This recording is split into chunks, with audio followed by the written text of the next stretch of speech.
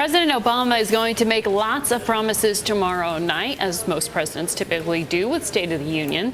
But which ones can he keep? Let's ask Andy Laperriere. He's Senior Managing Director at the ISI Group. His team has been ranked #1 for Washington research by Institutional Investor for the past 8 years. So, Andy, you are forecasting that Congress will be able to enact billions in spending cuts in the current fiscal year. So you think it's not just talk?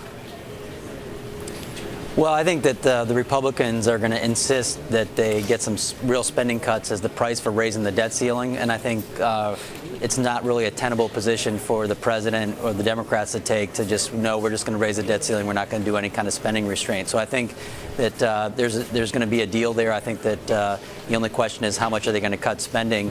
And I think the Republicans are going to come out with a pretty large number. I think that the Democrats and President Obama will counter with some spending cuts of their own, and they'll meet somewhere in the middle.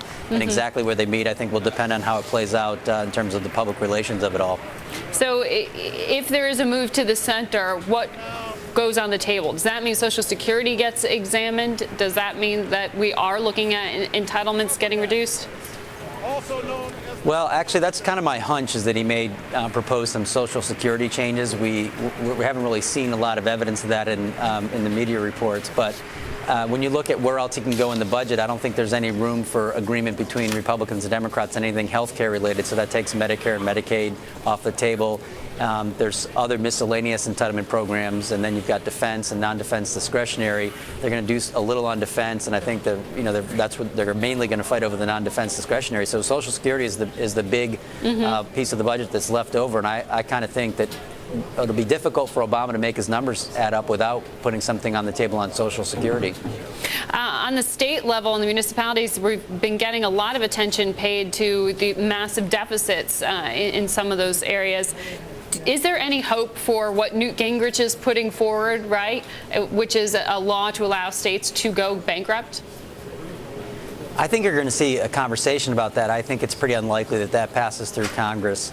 And really, when you look at the states, most of them are actually in fine shape. The few that have big problems are awful similar to the federal government. They have large deficits, but they don't have large overhangs of debt, so that their interest costs, the cost of servicing their debt, is actually quite manageable. There's really no reason for them to go into bankruptcy. There's no reason for them to default. They're in a similar situation as the federal government. They have to make some changes so that in the long run, they're going to be looking at bankruptcy. But in the near term, they have plenty of time to make the necessary changes. So I think you'll see a conversation about it, but I don't think Congress will end up enacting it, and I think you're going to see spending cuts at the state level to make their budgets add up. All right. Andy, thank you very much.